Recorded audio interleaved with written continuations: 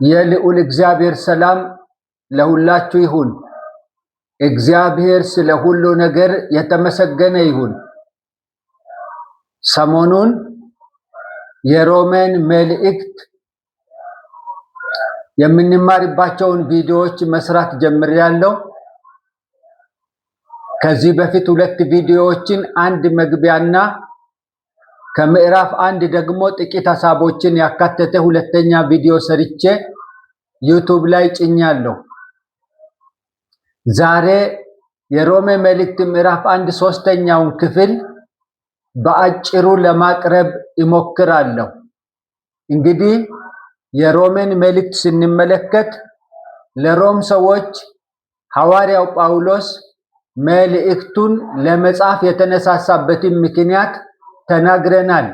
የጌታችንን የኢየሱስ ክርስቶስን ቅዱስ ወንጌል እንደሚገባ ሊያስተምራቸው፣ ስለ ወንጌል ሊያውቁት የሚገባውን ነገር እንዲያውቁ ፈልጎ መጀመሪያ ራሱ ጳውሎስ ከወንጌሉ ጋር ያለው ትስስር ምንድነው?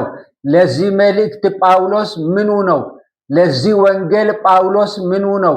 ከሚለው ሐሳብ ጀምሮ የወንጌል ምንነት እንደነገራቸው፣ ከዚያ ሲቀጥል ደግሞ መታዘዝ፣ በወንጌል ከእምነት የሚነሳ መታዘዝ በአሕዛብ ሁሉ መካከል እንዲገኝ የአገልግሎታቸው ዓላማ አንዱ እንደሆነ፣ ከዚያ እግዚአብሔር ለቅድስና እንደጠራቸው የኢየሱስ ክርስቶስ እንዲሆኑ እንደተጠሩ እና ትጸኑ ዘንድ ብሎ ስለሚል መጽናት እንዲችሉ የሚያደርጋቸውን ጸጋ ሊያካፍላቸው የሮሜን ሰዎች ለማየት እንደሚናፍቅ፣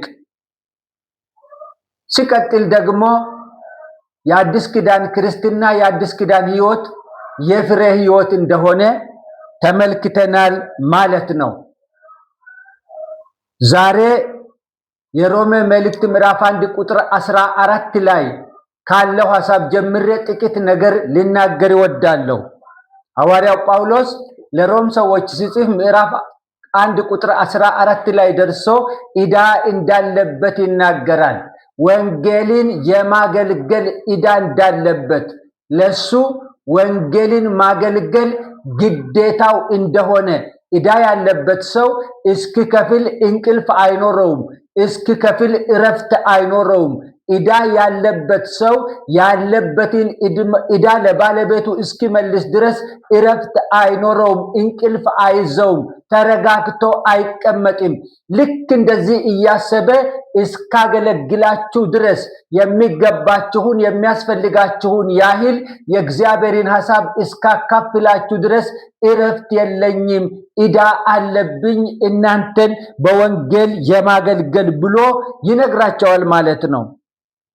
አገልግሎቱ ምቹ ጊዜ ተፈልጎ የሚሰራ ባልተመቸ ጊዜ የሚተው ሳይሆን በሁኔታዎች ሁሉ አልፎ የሚደረግ የሚከወን ነው።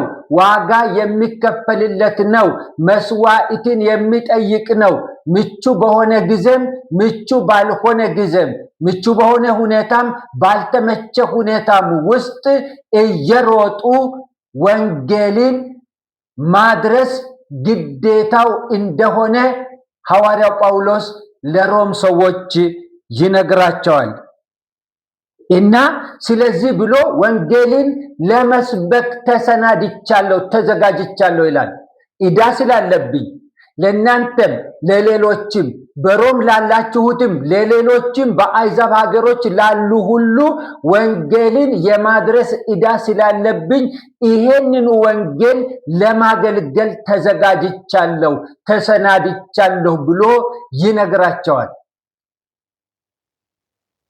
እንግዲህ እስካሁን ካየነው ነገር፣ እስካሁን ካየነው ክፍል ምን እንማራለን? የሮሜ መልእክት ምዕራፍ 1 ከቁጥር 1 ጀምሮ እስከ ቁጥር 15 ድረስ ያለው ክፍል ለኛ ምን ትምህርት አለው? ለኛ ምን መልእክት አለው? እንደ አገልጋይም እንደ ሕዝብም ለኛ ምን መልእክት አለው? ምን እንጠቀማለን?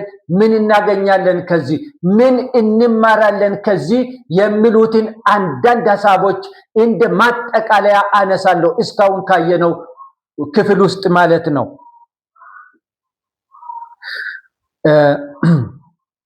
የመጀመሪያው ነገር ሐዋርያው ጳውሎስ እንዳደረገው አንድ አገልጋይ ለእውቅና ሳይሆን ለዝና ሳይሆን ሊፎክር በሕዝቡ ላይ ሊኮፈስ ብሎ ሳይሆን የራሱን ማንነት ደረጃውን ልኩን ለሕዝቡ ለማሳየት ብሎ ሳይሆን በሕዝቡ ላይ እንደ ጌታ እንደ አለቃ እንደ ባለስልጣን ራሱን ለማቅረብ ብሎ ሳይሆን ሕዝቡ እሱ የሚያገለግለውን መልእክት በትኩረት እንዲቀበል ልቡን ለመልእክቱ እንዲሰጥ ልቡ ይሄ ሰው ለሚያገለግለው ወንጌል ሕዝቡ እንዲሰጥ እንዲከተል እንዲያምን እንዲቀበል ቁጭ ብሎ ሰክኖ ተመስጦ ተረጋግቶ ሐሳቡን ሰጥቶ እንዲሰማው አንድ አገልጋይ ራሱን ለሕዝቡ ግልጽ ማድረግ አለበት።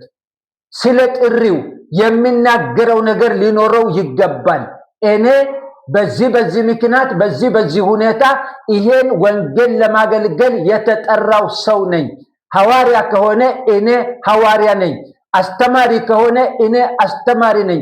እረኛ ከሆነ እኔ እረኛ ነኝ እያለ ራሱ ከወንጌሉ ጋራ ከዚህ ከሚያገለግለው ወንጌል ጋራ ከሚያገለግለው የእግዚአብሔር መንግስት አገልግሎት ጋራ ያለውን ቁርኝት ለሕዝቡ ግልጽ ማድረግ ይጠበቅበታል።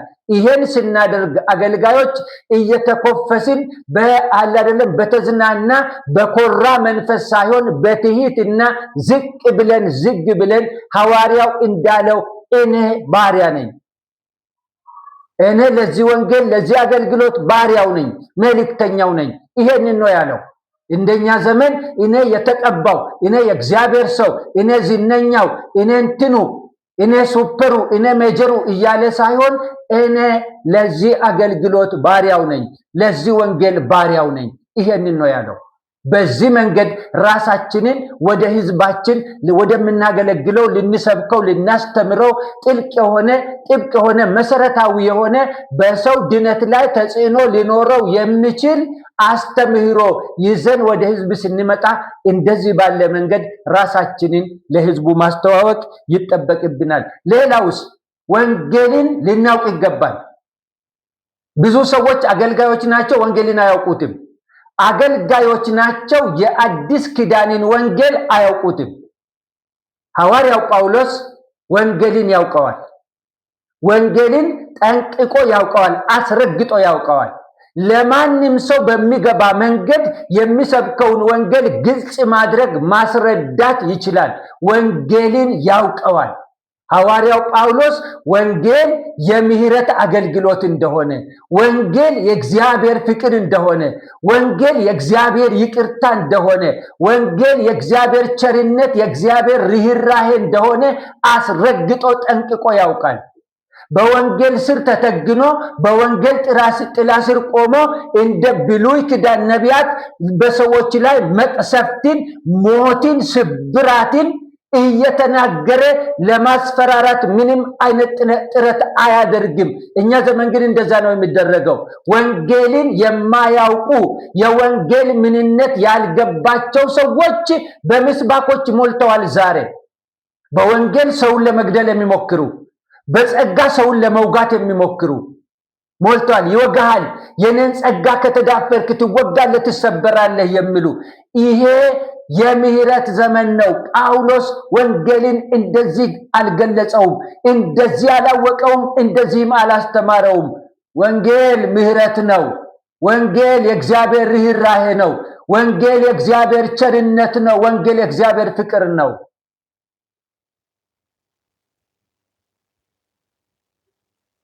ወንጌልን ልናውቅ ይገባል። የምንሰብከው ወንጌል ምን እንደሆነ ለሕዝባችን በግልጽ በአጭር ቃል የምንናገርበት አቅም ሊኖረን ይገባል። የምናገለግለውን ወንጌል ማወቅ አለብን። የምናገለግለው ወንጌል የመቅሰፍት አይደለም፣ የስብራት አይደለም። የምናገለግለው ወንጌል የብልጽግና የባለ ሀብትነትም አይደለም፣ የመዝናናትም አይደለም፣ የልቅነት የግልብነትም አይደለም። ወንጌል የትህትና መልእክት ነው። ወንጌል የቅድስና መልእክት ነው። ጳውሎስ ወንጌሉን በደንብ አድርጎ ያውቀዋል። አገልጋዮች የምናገለግለውን ወንጌል ልናውቀው ይገባል። የምናገለግለውን የእግዚአብሔርን መንግስት ባህሪ ልናውቅ ይገባል። የምናገለግለውን ጌታ ልናውቅ ይገባል። ይሄ ከጳውሎስ ሕይወት የምንማረው ነገር ነው። አዎ ጥሪያችንንና ወንጌልን በተገቢው መንገድ እና ደረጃ ማወቅ ይጠበቅብናል። ሰው ውጤታማ የሚሆነው በአገልግሎቱ የተጠራበትን ሲያውቅና ሲያገለግል ነው። የተጠራበትን የተላከበትን ሲያውቅና ያንኑ የተላከበትን ሲያገለግል ሲሰራ ነው ሰው ውጤታማ የሚሆነው። አንዳንዶች ቆንጆ ዜማ ያለው ቆንጆ ድምፅ ያለው ጉባኤ የሞቀለት ህዝብ የተቀበለው የወደደው አንድ ዘማሪ ካየን ዛሬውኑ ዘማሪ ሆነን ለማደር እንሞክራለን፣ እንመኛለን። የተጨበጨበለት ነቢይ ካየን ነገ ጠዋት ለመተንበይ እናምጣለን። ጥሩ አስተማሪ ካየን ዛሬ ማታ ቁጭ ብለን ስንት ወረቀት ስንጽፍ እናድራለን። እንደሱ አይደለም። በሰዎች ላይ ያየኸውንና ያማረህን ሳይሆን እግዚአብሔር አንተ እንድትሆን የሚፈልገውን ነገር ለይና እወቅ። ጥሪህን እወቅ። የተላክበትን ነገር እወቅ። ከጳውሎስ ሕይወት የምንማረው ይሄንን ነው። አዎ ሌላስ ምንድነው? እንደ ማጠቃለያ እስካሁን ካየነው ክፍል ከምዕራፍ 1 ቁጥር 1 እስከ ቁጥር 15 ድረስ ካለው ክፍል የምናገኘው ሌላው ነገር ምንድነው? ወንጌል ሲናገለግል አዲስ ኪዳንን ሲናገለግል ከእምነት የሚነሳ መታዘዝ እንዲገኝ የሚለውን ነገር ልዩ ትኩረት ሰጥተን ልናስበው ይገባል። ይሄ ህዝብ የሚዘምር ብቻ መሆን የለበትም። ይሄ ህዝብ አሜን የሚል ብቻ መሆን የለበትም። ይሄ ህዝብ ወደ ጉባኤ የሚመጣ ብቻ መሆን የለበትም። ይሄ ህዝብ ይፈውሰኛል፣ ነፃ ያወጣኛል፣ ያበላኛል፣ ያጠጣኛል፣ ያሻግረኛል፣ እዚያ ይወስደኛል፣ እዚህ ይወስደኛል፣ በዓለም ያዞረኛል የሚል ብቻ መሆን የለበትም።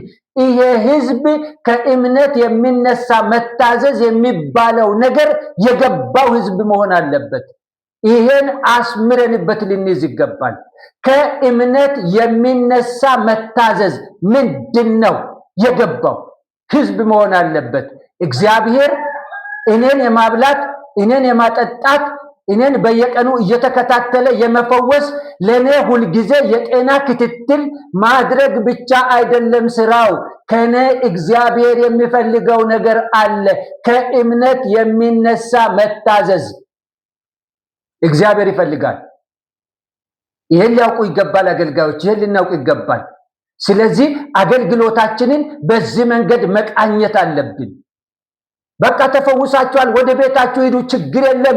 በቃ ዛሬ ተባርካችኋል፣ ወደ ቤታችሁ ሂዱ፣ ችግር የለም። ዝም ብላችሁ ዘምሩ፣ ችግር የለም ሳይሆን ሕዝቤ ሆይ ከእምነት የሚነሳ መታዘዝ በእኛ መካከል እንዲገኝ እግዚአብሔር ይፈልጋል የሚለውን አጥብቀን ልንይዝና አስምረንበት ልናስተምር ይገባል። ለሕዝባችን ይሄን በየጊዜው ልናሳስብ ይገባል። ይሄን ማወቅ አለብን። ሌላውስ የክርስቶስ መሆን። ቸርች መጣ ማለት የክርስቶስ ሆነ ማለት አይደለም። ሕዝብ ማንኛውም መንገደኛ እግረ መንገዱን ጎራ ብሎ ቸርች ቁጭ ብሎ የምንለውን የምናደርገውን ሰምቶ ማለት ይችላል። ቸርች መጣ ሳይሆን የክርስቶስ ሆነ። ለክርስቶስ ነፍሱን ሰጠ፣ ለክርስቶስ ሕይወቱን ሰጠ፣ ለክርስቶስ ተሰጥቶ ተገዝቶ የሚኖር ሆነ የሚለው መታሰብ አለበት።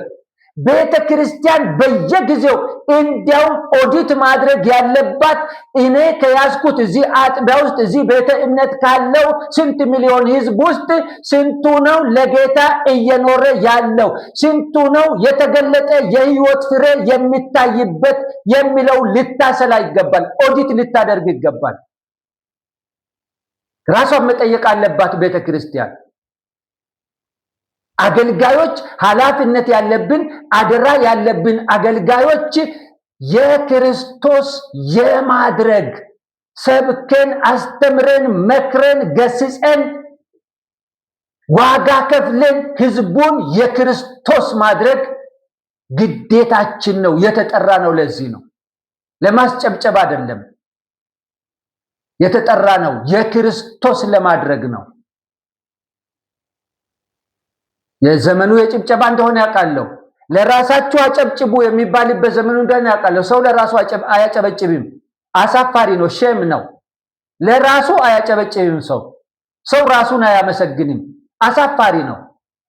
ለራሳችሁ አጨብጭቡ እስከ መባል ድረስ ርቀን የሄድንበት ዘመን ቢሆንም ጥሪያችን ለማስጨብጨብም ለማጨብጨብም አይደለም፣ ለመኖርና ለማኖር ነው። አገልጋይ በዚህ ላይ ልዩ ትኩረት ሊያደርግ ይገባ ነበረ። የክርስቶስ መሆን እግዚአብሔር ሕዝቡን የጠራው ለቅድስና እንደሆነ ለቅድስና ጠርቷቸዋል። እግዚአብሔር እናንተን ወዶ ለቅድስና ጠርቷችኋል ይላቸዋል። ለምን ጠርቷችኋል? ለቅድስና። ቅድስና መለየት ነው። ቅድስና ለብቻ መሆን ነው። አለመነካካት ነው። አለመደባለቅ ነው። ለቅድስና ጠርቷቸዋል። ሳትደባለቁ፣ ሳትነካኩ፣ ሳትቀየጡ ለጠራችሁ ለወደዳችሁ ጌታ ተለይታችሁ እንድትኖሩ ጠርቷችኋል። ለቅድስና ጠርቷችኋል። ይሄ በአገልጋዮች ዘንድ በሕዝብም ዘንድ ልዩ ትኩረት የሚያስፈልገው ጉዳይ ነው። ለቅድስና መጠራት። ሌላውስ መጽናት፣ በመከራ በችግር መጽናት። ብዙ ሰዎች በእኛ ዘመን ስሜታቸው ጎርፍ ነው። ጎርፍ አሁን ክረምት እየመጣ ስለሆነ ክረምት ውስጥ እየገባን ስለሆነ በደንብ ማየት ትችላላችሁ። ወንዞች ሁል ጊዜ አሉ። የጎርፍ ህልውና ግን በክረምት ላይ የተመሰረተ ነው። ወንዞች፣ ምንጮች ሁል ጊዜ አሉ። የጎርፍ ህልውና ግን በክረምት ላይ በዝናብ ላይ የተመሰረተ ነው። ሲዘንብ አለ፣ ዝናብ ሲቆም እሱም የለም። የአንዳንዶች ነገር እንደዛ ነው። ሲሄድና ሲመጣ አታውቁትም። የሆነ ኮንስታንት የሆነ ቋሚ የሆነ ቀጣይነት ያለው ህይወት የላቸውም። አንድ ሰሞን ይጎርፋሉ፣ አንድ ሰሞን ደግሞ ይደርቅባቸዋል። ይሄ ክርስትና አይደለም። የተረጋጋ የጸና ክርስትና አይደለም። ይሄ እውነተኛ አማኞች ጌታቸውን በልኩ የሚያውቁ ማወቅ በሚገባቸው ልክ የሚያውቁ አማኞች ስሜታቸውን የደስታውንም የሐዘኑንም መቆጣጠር የሚችሉ ኮንትሮል ማድረግ የሚችሉ ሲደሰቱም ከአቅም በላይ ሲያዝኑም ከአቅም በታች የማይሆኑ ናቸው። ሁሉን በልክ መያዝ የሚችሉ ናቸው። ጽኑ ህይወት ያላቸው ናቸው። ጽኑ ህይወት ያላቸው በሁኔታዎች ላይ ያልተመሰረተ ጌታን እያሰበ የጸና ህይወት ያላቸው ናቸው። እዚያ ድረስ እንድታድጉ እንድትጸኑ መንፈሳዊ ስጦታ ላካፍላችሁ ብሎ ይላቸዋል። ከዚያስ ፍሬ፣ ክርስትና ፍሬ ነው። አዲስ ኪዳን ፍሬ ነው። አይታችሁ ከሆነ መጥምቁ ዮሐንስ ንስሐ ሲሰብክ ለመጡ ሰዎች ሁሉ ዮርዳኖስ ወንዝ ውስጥ ከሱ ሊጠመቁ ለመጡ ሁሉ የሚነግራቸው ነገር ነበረ። ለንስሐ የሚገባ ፍሬ አድርጉ፣ ንስሐ የገባ የተናዘዘ በበደሉ የተጸጸተ ሰው ሊያሳየው የሚገባውን ፍሬ አሳዩ። ፍሬ አድርጉ። ፍሬ ጌታችን ኢየሱስ ክርስቶስ ፍሬ ብታፈሩ ደቀ መዛሙርቴ ብትሆኑ ብሏል። ፍሬ ይጠበቃል። ፍሬ መገኘት አለበት በአዲስ ኪዳን ሕይወት ላይ። ፍሬ የሕይወታችን ለውጥ ፍሬ ከጨለማ መንግስት ወደ ብርሃን መንግስት ተሸጋግረናል። የዚህ የብርሃን መንግስት ፍሬ ሊታይብን ይገባል። ሕይወታችን ፍሬ መስጠት አለበት። ፍሬ እንድታፈሩ ብሎ ሐዋርያትም ደጋግመው አስተምረዋል፣ ደጋግመው መክረዋል፣ ደጋግመው አስጠንቅቀዋል፣ ተናግረዋል፣ አሳስበዋል። ስለዚህ ወገኖች ከሮሜ መልእክት ምዕራፍ 1 ቁጥር 1 ጀምሮ እስከ ቁጥር 15 ካለው ክፍል ውስጥ ይሄንን እንማራለን ባጭሩ በትንሹ። ስለዚህ ክርስትና ዝም ብሎ መኖር አይደለም። ክርስትና በቃ እንደው በግድየለሽነት ዝም ብሎ መመላለስ አይደለም። ክርስትና የጌታን ምሕረት የጌታን ይቅርታ ማቃለል አይደለም። ብዙዎቹ የጠቀምን የሰራን መስሏቸው ምሕረቱን ያቀላሉ፣ ያቃልላሉ። ቅድስናን ያቀላሉ፣ ያቃልላሉ።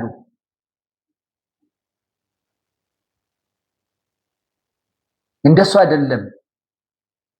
እኛ እጅ የገባው ሕይወት የያዝነው ኑሮ ለኛ በነፃ የተሰጠ እንጂ በነፃ የመጣ አይደለም። በነፃ የመጣ አይደለም። ያለ ዋጋ የተፈጠረ ያለ ዋጋ የተገኘ አይደለም። ለእኔና ለእናንተ በነፃ የተሰጠ ነው እንጂ ተከፍሎበታል። የቅዱስ እግዚአብሔር አንድያ ልጅ ተከፍሎበታል። ይሄ ሕይወት የሚቀለድበት አይደለም፣ የሚፈጅበት አይደለም፣ በግድየለሽነት የሚያዝ አይደለም። ለሮሜ ሰዎች ገና ከመግቢያው እንደዚህ ያለ ትምህርት ነበረ ሐዋርያው ጳውሎስ የሰጣቸው። እኛም ወገኖች የያዝነውን ሕይወት አጥብቀን ልንጠነቀቅለት ልንጠብቀው ይገባል። ቀጣዩን ደግሞ በቀጣዮች ቪዲዮዎች ይዤ እመጣለሁ። አስተያየቶቻችሁን፣ ሐሳቦቻችሁን ኮሜንት መስጫ አስተያየት መስጫ ውስጥ ልትጽፉልኝ ትችላላችሁ። ቪዲዮውን ሰብስክራይብ በማድረግ ሼር በማድረግ ለሌሎች ወገኖችም እንዲደርስ እንድትተባበሩ ደግሞ በጌታ ፍቅር እጠይቃለሁ። ተባረኩ።